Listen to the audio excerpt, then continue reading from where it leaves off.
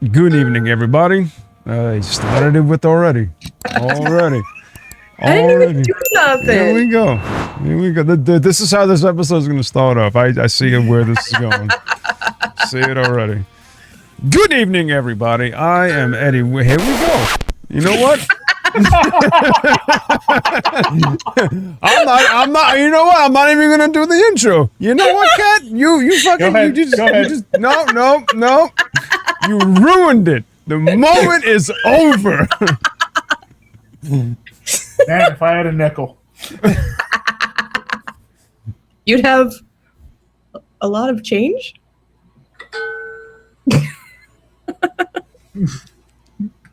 Eddie, try it again. Nope, it's over now. My hands are up. Don't worry. I don't give a shit. It's over now. Good evening, everybody, and welcome to Folklore and Felonies. I'm Kat Quinn. To my right is... I am Eddie Winchester, and to my right is this motherfucker. That's actually my legal middle name. Cadaver, this motherfucker, the clown. And there goes our monetization for anything if possible. Yep. This episode is fucked now, so we might as well just let it all out. It is completely fucked. 6 Racing Sunday. Cadaver's House of Horrors at gmail.com. You remembered. Oh man. Can we get to it? What the fuck are we doing? What is this? Come on now. Tonight, we are actually switching it up on you guys, and we are doing a solved murder. There's not a whodunit. There's not a could it have been somebody else. There will be a cuss and discuss portion, as always, but... I think we got to that point already. More cuss, less discuss. It's all on Cadaver. But thinking about college, you think textbooks, you think professors with ungodly deadlines, you think of what you're going to do afterwards, you think of what your life is going to be now that you have that stupid piece of paper and a whole lifetime's worth of debt to get through, and praying to whatever God old and new that you make it through. And I think of Animal House. Or you think of Animal House. Van Wilder. You think of hopefully getting a successful job, a career out. You think of anything and everything but murder. When you think of Texas Tech University. That's broken. Oh shit. This episode has gone off the goddamn rails. I gotta feel uncomfortable here. This motherfucker's got a goddamn banjo. That's what I'm talking about. You put that back on. Sorry, continue. When thinking about Texas Tech University in Lubbock, Texas, you think Recum Tech, you think Guns Up, you think Red Raiders, you think football, you think of the amazing architecture that is that entire campus. Stunning, beautiful, historical. Wait, just to keep track, how many things are we thinking of? A lot. Okay. Oh, Cadaver's counting, apparently. This many. You think about the history that 4. Pick number 2, my lord. 8 days. 2, my lord, 2. When thinking of Texas Tech University in Lubbock, Texas, you think of the architecture. You think of the history that campus holds. You think of its windy turns, its absolutely amazing atmosphere, and you think of the richness and when you're there. Again, the last thing you think of is murder. Hey, quick question. So you said that their team name is the Red Raiders? Yeah. Isn't that Port Richmond? I think you may have something here. See, we connected it to last episode. Good. But yes, they are the Red Raiders.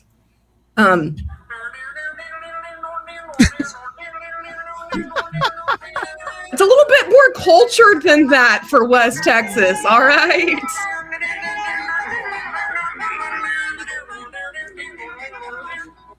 Please send your hate mail to Cadaver's House of Horrors at gmail.com.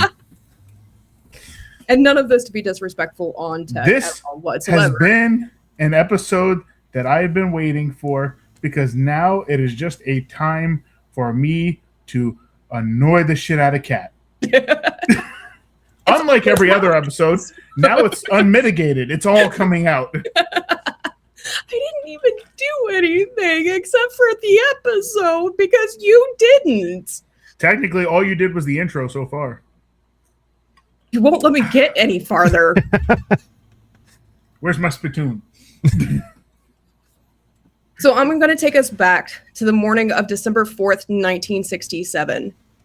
Macy Mathis had a phone conversation with her friend, Sarah Alice Morgan, who seemed troubled. Both women worked on the custodial crew for Texas Tech University, specifically the science building, a 6 p.m. to 2:30 a.m. shift, and often took a break at 8 p.m. for dinner. Assuming she'd catch up with her there, Macy wasn't immediately concerned to see Alice was missing. Her youngest daughter was staying with them. She was pregnant and not feeling well. But when Macy spotted Alice's jacket and a lunch pail untouched, she hurried to the third floor where Alice had been stationed alone. That day, Alice had lunch with her husband and daughter before she showed up at work at 5:47 p.m. and did not enter the building until 6:07. Reportedly a chatty person, coworkers noted that she seemed subdued and as white as a ghost. When working alone, Alice liked to lock herself into the classrooms. Dr. Frances Rose, whose lab was room 304J, left at 6:30 p.m. for a 7 o'clock lecture. Alice was last seen at 7:30, entering classroom 308J, next to Rose's lab. At roughly 7:45, two graduate students, Frank Judd and David Schmidley, were asked to return to Rose's lab and mix chemicals for the next day. When they reached 304J, they found the door locked. Having seen a custodial cart in the hallway, they checked other rooms, trying to track Alice down. But when all doors on the floor were locked, they assumed she had gone on break and returned to the lecture hall. At 8:15 p.m. in room 304J, an aquatic research lab located in the attic with thick walls and notably no windows, Macy found the body of her colleague, 54-year-old Alice Morgan, lying face up in a puddle of blood. Macy quickly got their supervisors, who realized Alice's throat had been cut and told Macy to call the police at 8:35. Alice was found with her glasses that she always wore, they were folded nearby, near a scalpel and a bone saw that had been taken apart into 4 pieces. An aquarium nearby looked recently cleaned, but the salamanders and mud from inside were on the floor.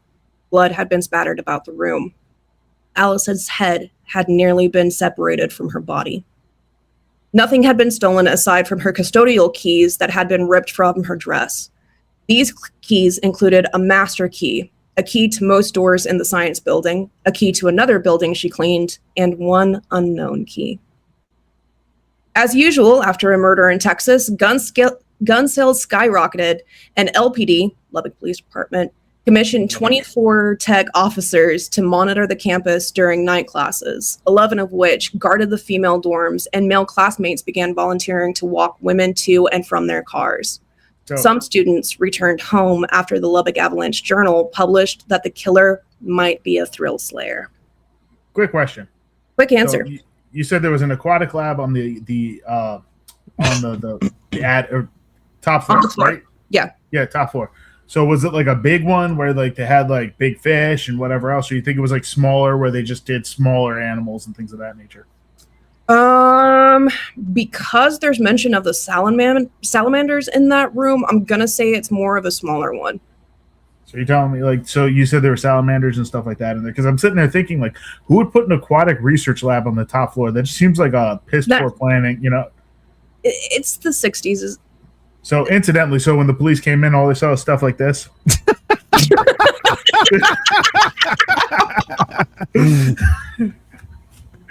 The salamander's like, hey! Wait. Hey, bring that up again. Okay.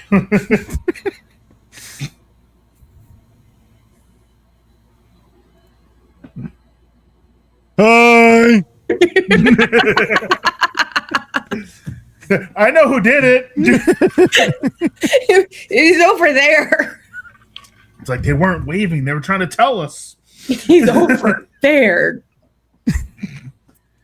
Can I continue? Right, sorry. Yes, you can. I'm sorry, but I was really curious about the whole aquatic lab on the top floor. It seems like a silly architectural choice. It doesn't make sense. If you could see this campus, looking at it, it makes sense architecturally. Being inside of it, nothing makes sense architecturally. I feel like that's most colleges. Fair. That's very fair. So Lubbock Police Chief J.T. Alley said between 50 and 70 people had been seen in or around the science building that night, had been interviewed.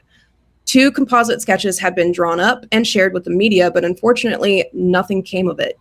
Months passed with no leads, but also no other murders. I like Lubbock. Has a good mouthfeel to say. Lubbock. Hub City. Hub City. The cut to Alice. Hub City. You gotta get that. You gotta get that phlegm in your mouth. Like, No, it's Texas. Got you on. Hold on. Sorry about that.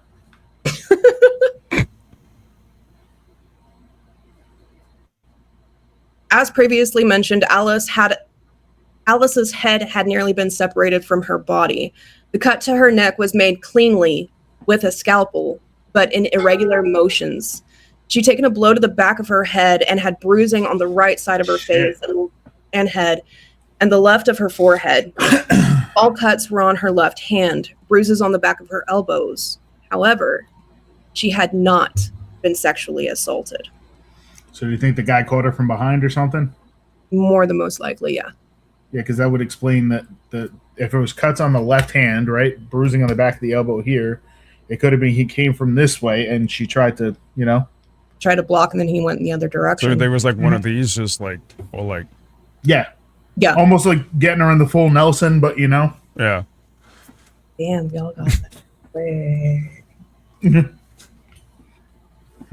On March 12th, 1968, Dr. Michael Kent Rylander, an assistant biology professor, alerted tech security that someone had been in his office. The filing cabinet where he kept test answer keys had been disrupted, and there was an exam planned for that week. So this asshole went and stole test answers and then went and killed somebody? God damn, he's off the chains. He's on a roll. He's got the fucking GTA 3 stars going already. In his actual report, which is in the book, and I'll link all of that later on, apparently he had placed a small piece of paper inside the lock so he would know if it had been broken into. He was that sure one of his students would try to steal the answers, and he was right. Tech security did their damn job and immediately called Lubbock Police Department. The police and Rylander came up with a fake super tough exam to be given on March 13th and organized a stakeout inside of Rylander's office. Detectives Frank Wiley and Floyd Hargrove waited through the night until 7:25 the next morning when the office door opened. The detectives claimed not to get a look at the guy, however. Hargrove said that they were both heavy smokers and the scent of cigarettes probably alerted the intruder something was up. But he dropped his textbook and left the master key in the door before taking off on foot. He made it to 47th Street where he stole a car, and then began, nope. He had stolen a car that had been idling in a driveway. My bad. We believe in you. Thanks. You got this. From there, I'm glad one of us does. From there, it turned into a high-speed chase. The suspect drove into a Rest Haven cemetery across graves. Test answers. Before coming to a stop near a newly dug plot. He jumped from the car and was chased before being cornered against a mausoleum by Officer Bailey, who had joined the chase on the loop. If anybody knows Texas, you can map this out so well. Or if anybody knows Lubbock, you can map this all out really well. So, so wait, now here's my big question about this, and just from like an investigator standpoint, this lady, she turns up dead. Okay, that's one thing. Test answers in a college that went were messed up inside this office because they were going to be giving a hard exam. While it does signify some wrongdoing, it doesn't mean that the two are related to each other, because I'm willing to bet any amount of money that people have been trying to steal test answers for exams since the beginning of time. You know, absolutely. I mean, just nowadays it makes it a little easier because now you have AI and shit. You know, right? But I mean, I'm just gonna say, like, yeah, setting a stake out to say, well, you know what, this has to be our guy seems a little foolish. That wasn't the reason why they did the stakeout. Mm-hmm. That was not the reason. It was just simply because, hey, this is technically breaking and entering. Mm-hmm. It's outside of tech securities. I mean, it's 67. It seems like a huge expenditure over something so trivial. Sure, but they didn't do this with the intent of catching the killer. This is only 3 months later. Everybody's still on high alert as fuck over all of this. This is just extracurricular activity. That makes it worse. Like, yeah, we're going to go catch us a test thief. We're sure going to give him what for. He's getting a D. 23-year-old. Bubba. 23-year-old tech graduate student Benjamin Locke had been a suspect since December due to resembling one of the composite sketches of a man seen talking to Alice the night of her murder. Benjamin was in Rylander's 7:30 morning class. Way to go, Benny. But hadn't shown up until 8 a.m. on March 12th, making it possible he had broken into Rylander's office. He slept late because, murder takes it out of you. As it turned out, Benjamin had been arrested before in Massachusetts in 1966 when he had been caught breaking into a Harvard professor's home, stating he just needed to take a look at his grades, but only received probation. How many schools has this dude been to? His grades in Rylander's class were erratic and failing until after Alice's murder. Oh, all right. Well, I mean that kind of says something. Still seems like a weird expenditure. I said what I said. Benjamin made a written confession claiming he'd been hiding out in the biology lab waiting for Alice to leave so that he could break into Rylander's office. But instead, Alice entered the lab.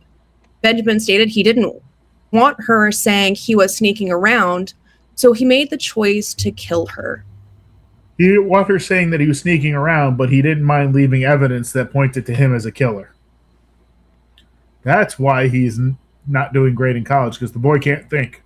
Oh, it gets better. He gave it the old college try. He really did. He really did. Because, guys, he wanted to cut her body up. But when it proved difficult... That is not what I meant by that at all. That is not what I meant. But when it was proven too difficult, he snatched her keys and left, locking the door from the inside behind him. They never found the other 3 keys, which Benjamin claimed to have tossed down a sewer drain. He keistered him.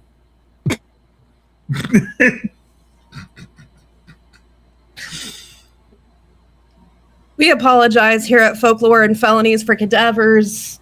I apologize for nothing. We apologize on behalf of Folklore and Felonies. Please send all messages. Zip it, mouthpiece. I apologize for nothing. So we're not going to get into Benjamin because this motherfucker doesn't deserve it. But apparently the keys are already in there.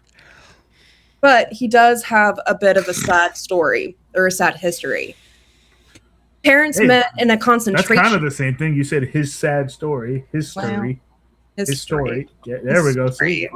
See what I'm doing there? Kind of sad. I'm picking up what you're putting down. On behalf of Cadaver.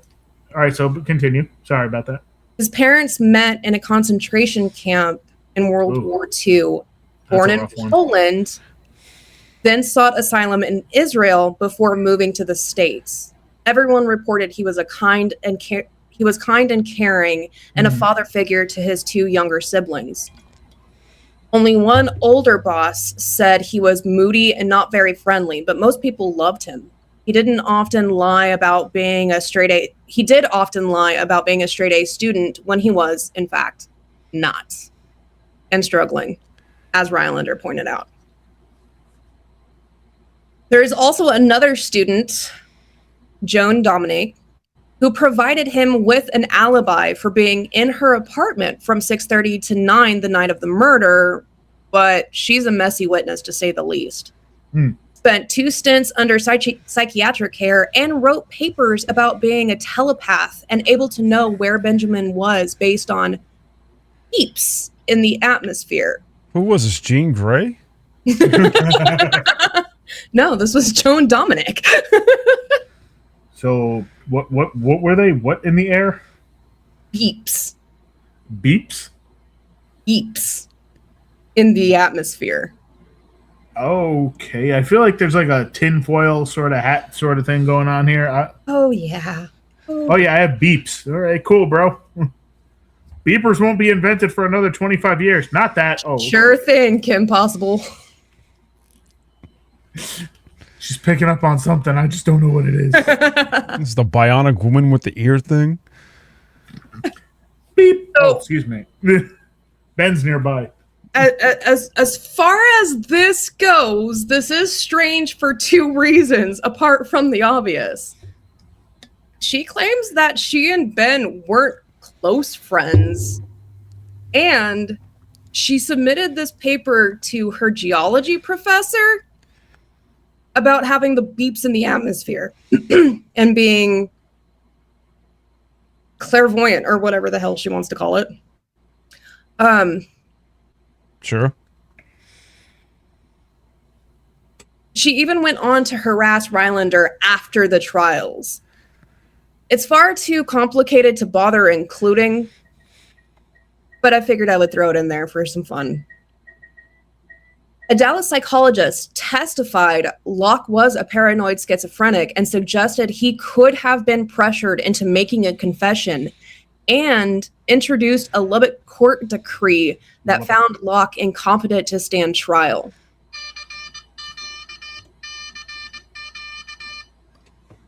Wait, guys, I'm getting a beep in the atmosphere. No, it's the 1960s, so that beep has to be more Morse code than anything. I'm pretty sure it's just a tumor. It's not a tumor. Is not a tumor. Not a tumor. So a Dallas psychologist testified Locke was a paranoid schizophrenic and suggested he could have been pressured into making a confession, and introduced a Lubbock court decree that found Locke incompetent to stand trial. He was mandated to spend 15 months in a mental hospital before he was taken to trial in late 1970. After 2 hours of deliberation, the jury found Benjamin guilty of murder with malice. He was sentenced to 40 years. Guys, how long did he serve?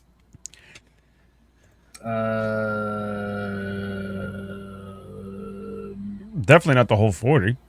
Nope. 2. 8. There's no happy ending to this one. After serving 15 and a half years, he was paroled in 1983. He went on to marry, have a family, but never offended again. Did he? I don't accept this. Did he marry Beep Chick? It doesn't say. So yeah, he came out, and instead of sounding like Morse code, then it just sounded like the fucking answering machine beeps. Like beep. It's changed. He's around. I must love him. Did she upgrade her beeps as time went on? Like, it was Morse code at one point, but like she got with the times and it became AOL dial-up at one point. She had an aim. She had an AOL Instant Messenger. Like, did you start hearing doors closing every time someone stopped talking? You've got mail. He's near. Guys, my dear dumbasses, my cohorts in true crime. Who was?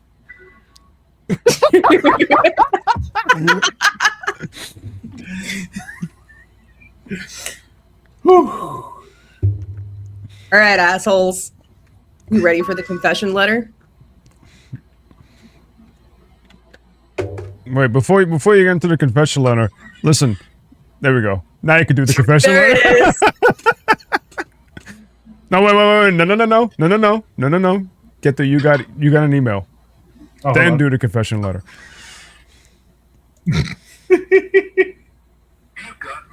There we go.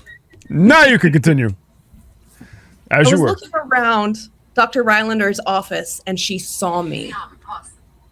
I just went into the last room.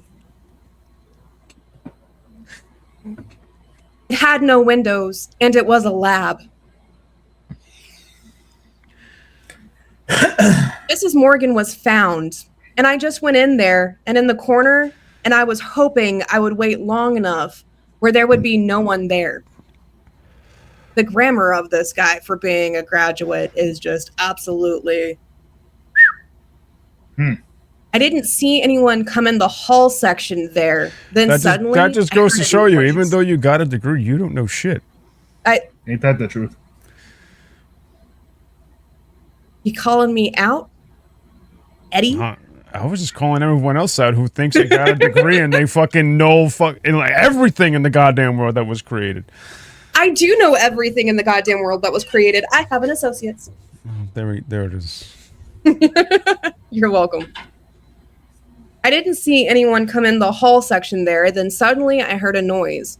Mrs. Morgan came with a basket on wheels, and I was standing in the corner, and she emptied the trash out. When she walked out, drum roll for a cadaver. What? I came from behind her.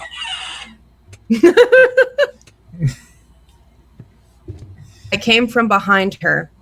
I think I strangled her and she fell to the floor. She was still breathing. Afterwards, I decided to cut her up.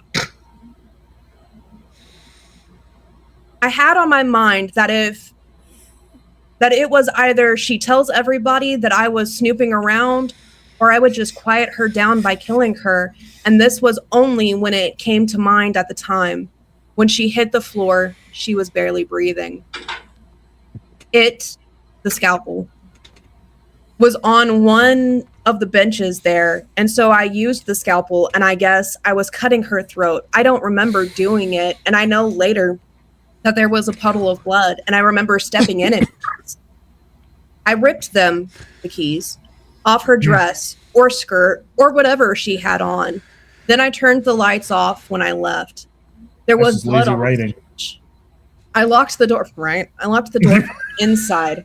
When I walked out, I had blood on my hands, but I didn't have blood anywhere else except for the bottom of my feet. The first thing I did was go to the bathroom and wash my hands. Then I went by the colored TV and saw the shows were changing, which was 8 p.m. I didn't stay too long because I had my notebook with me and I wanted to look at my notes. So I went to the library and stayed there until 11 p.m. and then went home. I want to make it clear that I know that I killed the old lady. I didn't really mean to do it, you know. So I never know what I was going to do. I am crazy. I know that. So but was he trying to go for insanity plea? Yeah. But I'm not crazy enough to walk into any cop house and tell you that I did it. But I need... Sorry, I slowed down. My connection went. But I need help. I mean, if you think she was bleeding, you should have seen me. What the fuck does that mean? Is that kind of like a reverse? You should have seen the other guy. What the fuck do you want it to mean? If you think she was bleeding, you should have seen me. What? And this, gentlemen, is where we come to the cuss and discuss portion of this episode. Welcome. You've got mail. Oh shit, I do. Oh. Okay. I'm sorry, I couldn't resist when you said that she dropped doing the door sound, and I know Eddie heard it because he said I heard it too. I couldn't. So, and then she dropped and hit the floor. I was trying to cover the mic so you couldn't. Alice has left the chat. Cadaver. Oh, bad form, Peter. Bad form. Oh, yes, I am Cadaver. They call me Cadaver. Yes, there's a reason for that, you know. You could send your angry letters to cadavershouseofhorrors@gmail.com. Gmail.motherfucking.com. What is that? What does Deadpool say? He's like, that's why they call me, the Mark with the mouth, and not, Truthful Timmy, the blowjob queen of Saskatoon or something. Saskatchewan. He's not wrong. So, okay. Now, I feel like, and this is going to be I guess, it's not really a hot take because I think other people would feel this too. If Benny Buttons over here, if he was really trying to go for an insanity plea, he was doing a try-hard ass job of it. Oh, I wrote this letter and I know I did it, but I don't know why I did it or if I actually did it, but I did it, and then you should see. No, bro. But the fact that he attempted to, do the insanity plea, it shows that he has the wherewithal to realize that he's trying to get out of it. Right. So he understands what he did was wrong. So there is no more about right and wrong, You understood it. You understand that, and then you're like, oh, well, I went to go and, I went to go check my test answers, or not test answers, but to go study in the library. Come on, man. Don't do that nonsense. 3 months later, use the master key that you stole from her to steal the test result or to steal the test answers. Is this all right? Just quick question: Is Mr. Locke still alive? It doesn't say. You know what? Maybe we should look that up. Pull this up and see. Please hold. All right. Where is Benjamin Locke now? Latch. 1970. Serving over 50 years. For work. Okay. Now it relocated to Massachusetts. So he's back in Massachusetts. That's what this says. But nobody can tell me if he's still alive or not. Which means he still is. Yeah, I guess. I'm going to go ahead and say maybe. If there's not an obit, then more than most likely, yeah. Well, Benny, if you're watching this, you're feel a piece of shit. Whoa. Okay, I get you. Okay, Benny, you're a fucking tryhard, bro. and this isn't to gratify or anything. I'm just saying that what you did for your wannabe insanity plea really takes away from people with real mental illness, because you're, as Kat has said, you're a real piece of shit. So, I mean, I'm just going to go ahead and say this, bro. I hope your next shit is like fucking trapezoid, bro. I hope that fucking feels lovely coming out. He is worse than the kids that try to no-scope on Call of Duty. Fuck them. Exactly. No scopes and fucking people camping and shit. Fuck you guys. Fuck them all. Now, with that being said, though, you know what? At least, you should count your lucky stars that you got out of jail. You were paroled.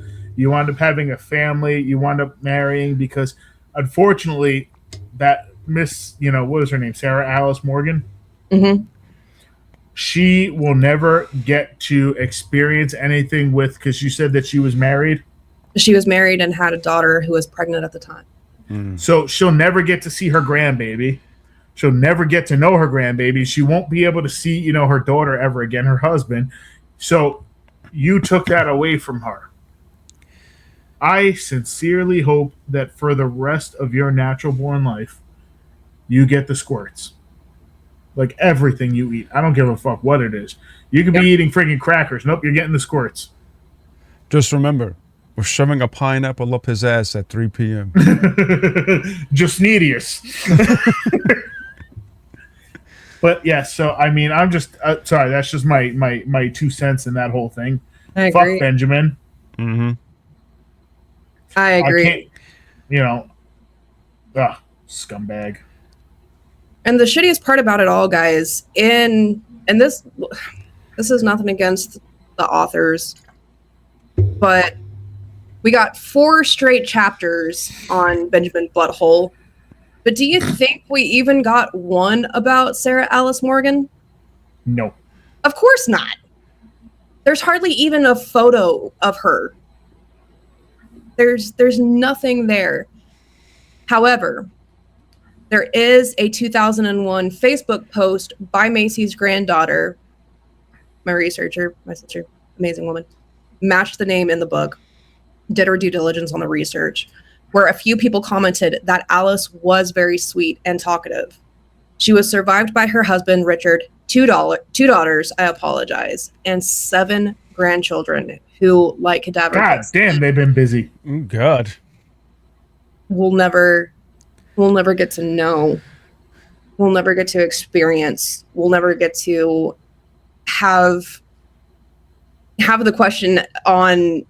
We all know the cookie tin box, right? Y'all don't know the cookie tin? I don't have one. Okay, so y'all all okay. Well, okay, you open the fridge, you look in, you see a butter tub. What's in the butter tub? Butter? Anything but butter. Okay, that's the cookie tin. They will never get to experience going to Miss Alice's house and questioning, is that sewing material in that cookie tin box, or are there? Oh yeah, I know what you're talking about. Yeah. They're never going to get to know that. They're never going to get to experience that. Oh, sorry, nipples. They're never going to get to know just the amazing woman that she was. And I mean, 2 daughters and a husband left behind. And all she's got is a Facebook post. But there's a lizard crawling across my porch. They're never going to get to know that. So, Benjamin Butthole, you fucking suck. You're a piece of shit. We have a waving lizard that tried to help Alice. At least That's man. That was my guy right there. I like to think that it was a salamander. I like to think that it was an oxalotl, and that oxalotl did its damnedest to try to help Miss Alice. Just needius. The So- Schneidius. Sources, like I said earlier, are Fatal Exam, the book by Alan Burton and Chuck Lanehart, the Lubbock Avalanche Journal, which includes Lubbock. pictures of the jackass. KTTZ includes pictures of the Science Building and Biology Hall, and Texas Tech University News includes pictures of Alice. Guys, the Science Building is still standing, and rooms 304J and 308J are still in use to this day. And there's still salamanders waving at people.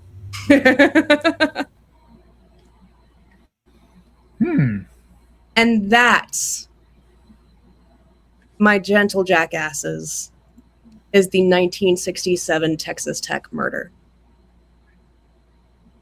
Why am I a gentle jackass? I'm sorry, but I mean, it was a good one. I like that, but what the hell happened? You're not just a jackass all the time. No. I'm pretty sure I am, but it's okay. Our condolences goes out to the Morgans, and especially Miss Alice herself. She didn't deserve any of that over a fucking test key. Yeah, Most that's definitely not. so fucking ridiculous. Yeah. I mean, there's no. I mean, every murder is fucking ridiculous, but this one is just. It's senseless. Like, really? Yeah. And then to turn right back around and 3 months later, which clearly he'd been having those keys and doing this more often, but 3 months later, you go in and use her key and leave it in the door. He's a piece of shit. Way to go, dummy. He is a complete and total jackass, and I don't know any way other to say it other than that. So we're all in agreement. He's an asshole. He's an asshole. Pure and total. Tech is still an amazing campus. It's still an amazing school. It's one of the top in the nation. It's an absolute phenomenal place, but just like anywhere else that's absolutely beautiful and phenomenal, it's got dark history. It's got a murder most foul. And that Lubbock. is Lubbock. Yeah. Lubbock. But I guess since there's nothing else to this case, so just There's like an nothing else to hourglass, this, okay? we're out of time. So there you go. Guys, let us know if your hometown, your home university, your college has any dark histories that you would like to share, air out, bring to light, if you will. Drop it in the comments while you're down there. Go ahead and, punch Cadaver, hit the like button. Make sure that you subscribe. Don't punch me. I like it. Ring the notification bell That's it. right across Cadaver's face. As always, Oh, shit. Where's my spittoon? Hold on. I'm Kat Quinn. I'm Eddie Winchester. And I'm Cadaver the Clown. And this has been Folklore and Felonies. We'll catch you on the next one.